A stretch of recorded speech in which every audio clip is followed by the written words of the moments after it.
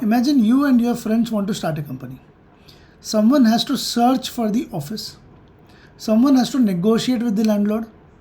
Someone has to hire the first employees of the company. Someone has to convince the investors for funds. So, one simple question that I want to ask you over here is the company yet into existence? The answer is no. Then, who will do all these things? So, the person who does all these things is called the promoter. So, in this lecture, we are going to discuss about the concept of promoter and all the provisions which have been provided in the Companies Act 2013 with respect to the concept of promoters. I am Santosh Baliga and you are watching Santosh Baliga Law. Let's begin with the lecture. Think of a promoter as the architect of a building. Before a building exists, an architect prepares the blueprint. Similarly, an person who conceptualizes the idea of creating a company would also prepare a vision of the company and will do everything that is required before the birth of the company. He will bring in the investors. He will select the directors. He will fix the office premises. He will arrange finances, get the documents prepared, get the company incorporated. Only after all the legal formalities are completed, then the company comes into existence. This is why I call the promoter the architect of the corporation. In simple words, promoter acts before the existence of the company. Okay, this background is clear. So this creates a legal problem. Suppose I want to purchase a land for the company that does not exist. Then is it possible? Can the company sign the agreement? Can the company own the property? Can this company sue any person? The answer is again no. And hence, the promoter is required to fill in this legal vacuum before the incorporation of the company. The promoter will enter into pre-incorporation contracts like buying the land for office space, convincing the investors and getting funds from them. Okay, such kind of activities will be done by the promoters. And to fill in this legal vacuum so that the company comes into existence, the concept of promoter has come into place in the Companies Act. Let us understand the definition of promoter under section 2 clause 69. Now from here the topics get very important because we are getting into the provisions of the Companies Act now. See, the Companies Act has defined a promoter under section 2 clause 69, and it says that any person who has been named in the prospectus of the company,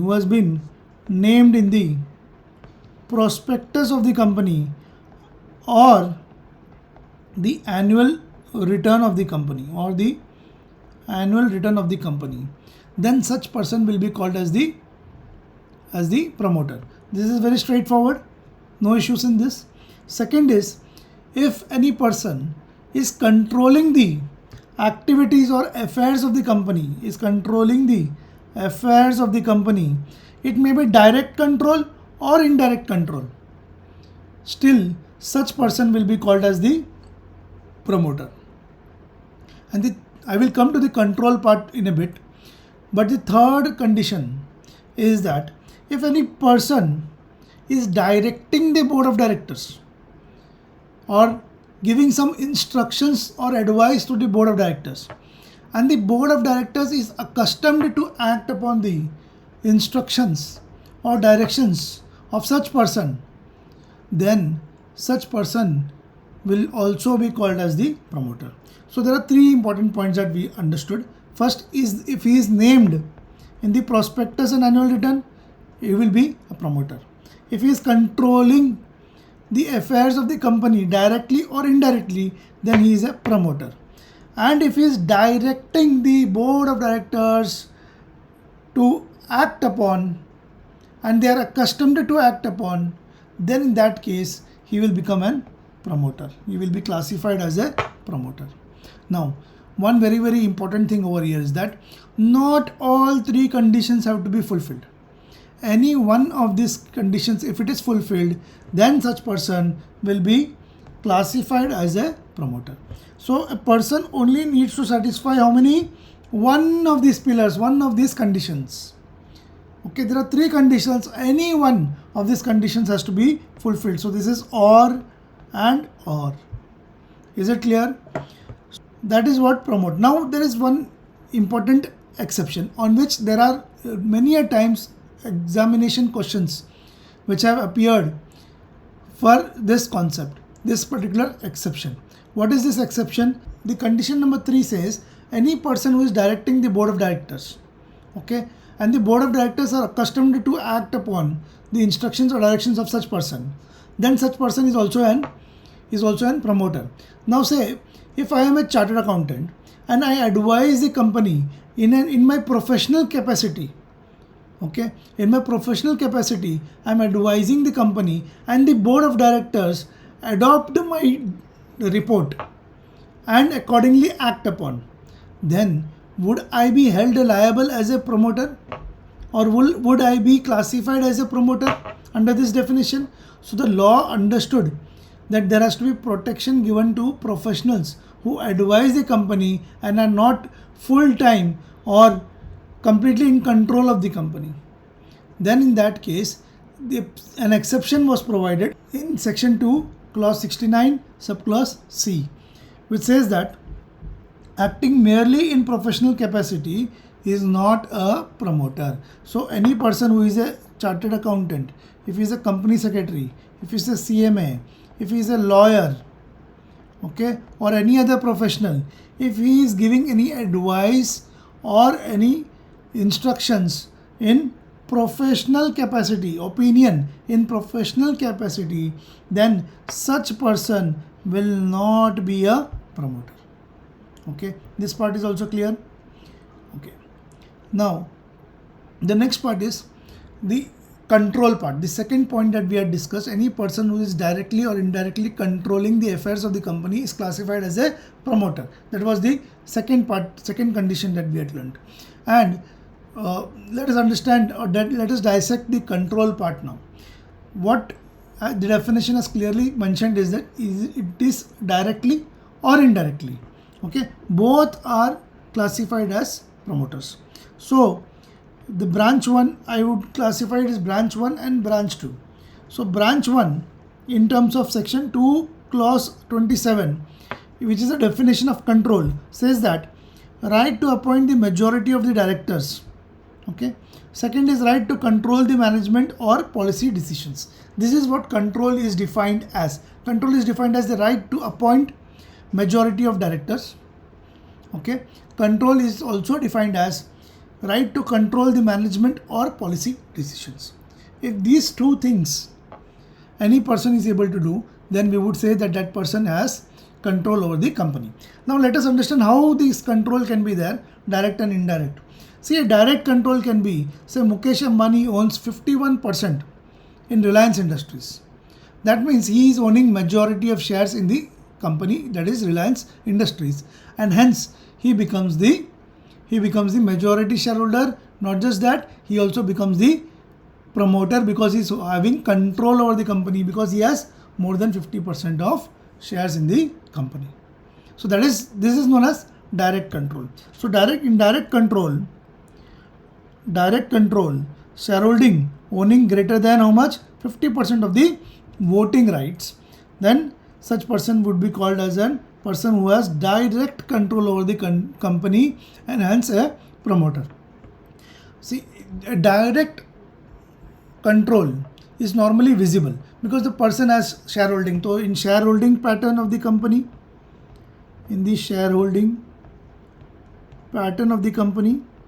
it would be absolutely visible that the person is holding control in the company and he is the promoter of the company. Likewise, law has also understood that it is not only direct, but any person who is controlling the company indirectly. What do you mean by indirectly? say a person has only 10% shares, 10% voting rights in a company, in ABC company, but he has an shareholder agreement. He has an shareholders agreement with the company, and as per that agreement he gets more than 50% of voting rights in appointment of board of directors. So if he can appoint majority of the board of directors, then in that case, although he has lesser shareholding, lesser voting rights, still he would be a person who has indirect control over the company and hence classified as an promoter. So if I go back to the definition of control, you will see the right to appoint the majority of the directors. Even though this person does not have full majority or majority of shares, he still has it by virtue of an agreement, that is shareholders agreement. Is this concept clear now? Control is a very, very important part which can also come in the examination. The act catches both the visible majority owner and the invisible puppet master. So now you would have understood what direct and indirect control concept is. Okay. Now the next part is now very, very important from your examination point of view, that is the pre-incorporation contract concept. Okay, this is a very simple concept, but a lot of confusion is there between students. See, it is like a person who is getting into contracts, okay, before the company is into existence. But whatever activities he is doing it on behalf of the company. Hence, I can say that he is actually acting as an agent for the company. So a land that he purchases for the office premises of the company is not going to be in his own name going forward. It is going to be in the name of the company. The company is going to own the property. Okay, so he is just an agent who is completing some activities before the incorporation of the company. Okay, and hence a promoter acts as an agent to secure the assets of the company. Okay, but an agent must have a principal. Our agency concept in Indian Contract Act says very clearly, if there is an agent, there has to be a principal. Okay, but in this case, the principal, that is the company, does not exist. If the principal does not exist, then the question arises, who will take the liability of the acts of the agent? Okay, normally the agent does not have the liability. He acts on behalf of the principal and the principal has the liability. But in this case, since the principal does not exist, the liability will be in the name of the agent. Who is the agent? The agent is the promoter. So promoter will be liable in cases of pre-incorporation contracts till the company comes into existence. And there is one more condition which has been added, that the company should ratify the pre-incorporation contracts and adopt those contracts. Understood this background or this concept? Now let us understand the life cycle of pre-incorporation risk. We have understood in the last few minutes that the pre-incorporation contracts, the liability lies with the promoter till the company does not ratify and adopt the contracts. Correct? So initially, when the company is in an idea phase, okay, where the promoter is doing all the activities to bring the company in its form. So whatever contracts have been entered by the promoter, there will be 100% promoter's liability, 100% promoter's personal liability. Okay. Now my question is, once the promoter incorporates the company, does the liability shift to the company? The answer is still no. The answer is the promoter will still be liable. Why? Because promoter will be liable till the company ratifies the agreements or the contracts and adopts the contracts. And how will the company do this? The company will do this in the first board meeting. In the first board meeting, where they will pass a board resolution to adopt the pre-incorporation contracts.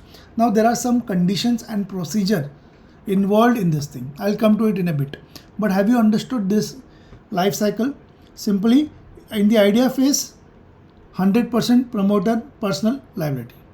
In the incorporation, again 100% promoter liability. But once the ratification is done, the contracts will then become contracts of the company, and the promoter will not be liable. As once the ratification has happened, liability shifts to the company. Okay. Now, in Specific Relief Act 1963, Section 15 and Section 19 have provided about adoption of pre-incorporation contracts by the company. The company will adopt the pre-incorporation contracts. First condition is that if it is provided in the memorandum of association and in the object clause to adopt the pre-incorporation contracts. Second, the articles of association have given the power to the board to adopt the pre-incorporation contracts. Third, such contracts are in the benefit of the company. So in that case, the company ratifies the contract after incorporation in the first board meeting. Then we can say that the pre-incorporation contracts have been adopted and the liability now shifts to the company. So there is a famous case law for this concept of pre-incorporation contract. In fact, there are around 4 case laws which have been provided in the ICSI module. Okay, so go through all of them because it is an important topic from the examination point of view. But for this particular lecture, I will just touch upon the case law of Kelner versus Baxter. What happened in this case is that Kelner, a supplier of wines, got into a contract with 3 persons, A, B and C, who were incorporating an hotel company. Okay. Now A, B and C received the wines, that is goods, from Kelner. But as soon as the company was incorporated, the company collapsed, the hotel collapsed, and the question now arose that who will provide or who will be liable for the payment of money against the goods provided by Kelner. Kelner contested that A, B and C, the promoters, should be held liable, and the ruling was that A, B and C are personally liable. No subsequent ratification relieves them without Kelner's assent. So one important concept comes out from here is that even though the company has ratified, the supplier or the other party to the contract must also give his assent to such ratification. Okay. Otherwise, A, B and C, all 3 in this case have been held personally liable. Okay. Go through the other 3 cases also. Now the last part is that what is the procedure for ratification of pre-incorporation contracts? Procedure is, the first point is that the memorandum of association of the company in its object clause shall provide for adoption of the pre-incorporation contracts. Okay, that's point number 1. Point number 2, the articles of association should also empower the directors to adopt the contracts. That means to pass a resolution to adopt the contracts. Okay, so first is memorandum of association, second is articles of association. The third step will be prepare statement of all incorporation contracts and amounts. So we will consolidate all the pre-incorporation contracts and the amounts which is there against each contract. Then convene the first board meeting. With notice, present the statement. Okay, and the chairman initials the statement. Board passes resolution adopting the contracts. This is the procedure, 5-step procedure in which the pre-incorporation contracts will be adopted by the company. And once it is adopted, the liability shifts from the promoters to the company. Okay, so what we have learned in this lecture is that section 2 clause 69 speaks about who can be classified as a promoter, the legal definition which is provided in the Companies Act. It says a person who is named in the prospectus or annual return, person who is controlling the affairs of the company directly or indirectly, or a person on whose direction the board of directors are accustomed to act upon. Such person will be called as the promoter. But for the third point, there is an exception, that is professionals are excluded from the third point or the third condition. And one more important point is, any one of these conditions is met, then he will be classified as a promoter. Okay, this was the first part that we learned. Second is we understood the control part. Okay, I hope that is understood by you. And the last part was pre-incorporation contract. Only thing that you have to understand is that the promoters are held personally 100% liable till the company ratifies and adopts the contracts. Okay, so that's it from this lecture. I hope in this lecture you have understood the concept of pre-incorporation contract and the promoters. It's a very important topic and very important from the examination point of view.